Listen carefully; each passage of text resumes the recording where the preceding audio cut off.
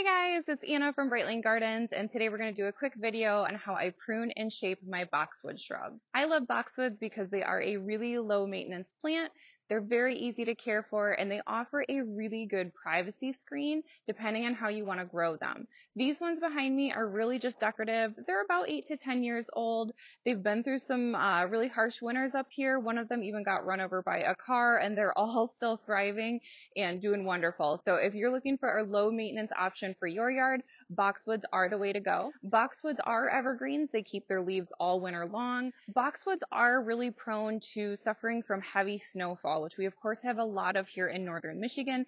So commonly when I'm pruning them, I'm definitely looking out for any damaged or dead branches that suffered as a result of really heavy snowfall. Fortunately, these plants are so resilient and they typically will bounce back the following season, so you won't really see any gaps or holes there when you prune out a dead branch. Today we'll just go over the basics, including what tools you'll need to get started, how to look for dead or damaged branches, and how to get a nice shape out of your boxwood plant. There are just a couple tools that I use when it comes to pruning my boxwoods. First and foremost, you want a really high quality hedge trimmer, and an electric is certainly preferred. We do have the manual shears as well. When it comes to getting a really nice even shape on your boxwood, electric hedge trimmers are certainly the way to go. This is the Hedge Sweep by Ryobi. This is by far my most used yard tool. I should do a separate review on this because I love this tool so much. It's lightweight, battery operated. I haven't even had to sharpen the blade yet, and I've had it for many years. So I really love a lightweight hedge trimmer like this. Next, you'll just need a sharp pair of bypass loppers so we can cut off any dead or damaged branches that we come upon. And lastly, you are going to want a tarp. It really helps with cleanup, and I'm about to show you why. My very first step is to set up my tarp around the exterior of my boxwood plant. While this is an optional step, you certainly won't regret it. This makes cleanup so much easier after the process is complete.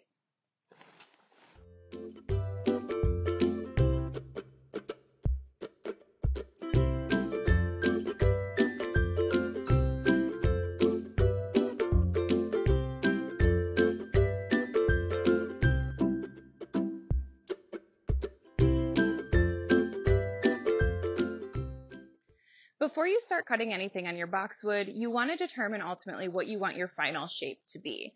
These guys I've kept in a nice rounded shape all of these years. I do find that the rounded shapes are a little easier to maintain. If you plan to do a flat-topped hedge or anything with really straight lines or angular corners, you just want to be aware that you might end up with an extra pruning throughout the season to keep that looking nice and sharp. Using my electric hedge trimmers, I'm going to start at the middle of the bush and make nice easy sweeps down to the edges of the bush until I have a nice rounded shape.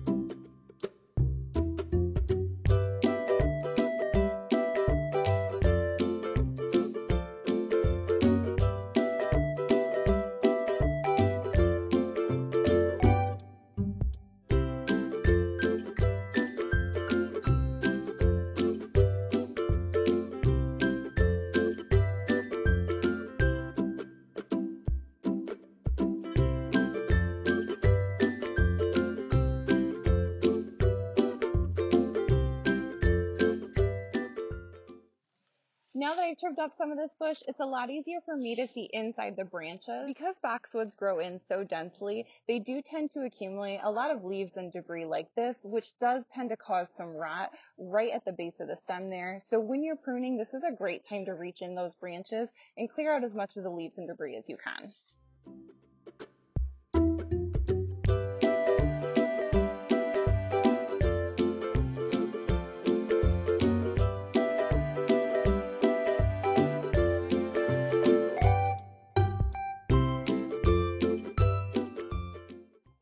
Now that I've done my cleanup, my next step is to look for any dead, damaged, or diseased branches that just aren't going to produce next spring.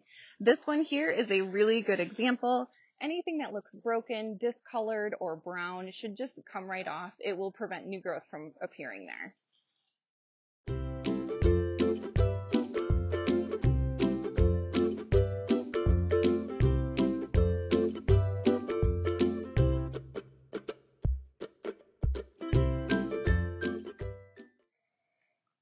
My very last pruning step is going to be to remove and thin out some of these lower branches here. Boxwoods do tend to grow in very thickly right down at the base. If they are planted with soil around them, there's a good chance that these branches will actually start to reroot and will spread. So if you're really hoping to keep the shape of your round or square boxwood, you want to thin out the bottom layer there to make sure that none of those little branches do start to take root and cause the plant to spread where you don't want it to spread.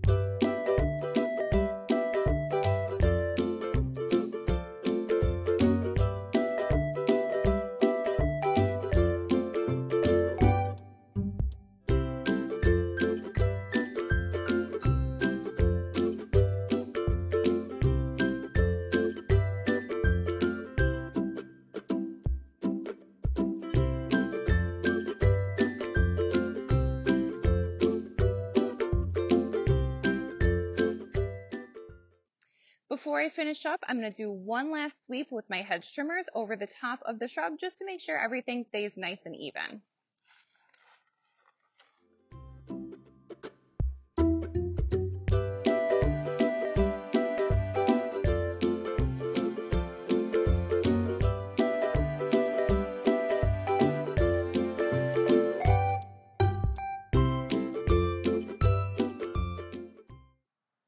Once you have the shape that you want, your boxwood pruning is officially complete.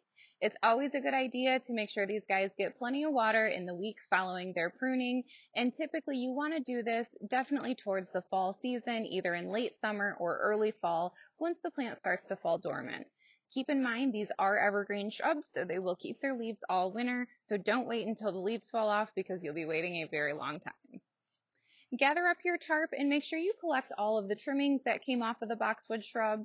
Leaving any sort of leaves, dead limbs, or trimmings around the base of the shrub can invite some fungus or disease to grow, so it's important that you have a really thorough cleanup afterward. If you have any questions, comments, tips, or tricks that you love to use when you are pruning your boxwood shrubs, please leave them in the comments section below. And if you enjoy watching gardening content like this, then please take the time to like and subscribe to our channel. It seriously helps out small businesses like ours so much. As always, thanks so much for tuning in, and I hope to catch you next time.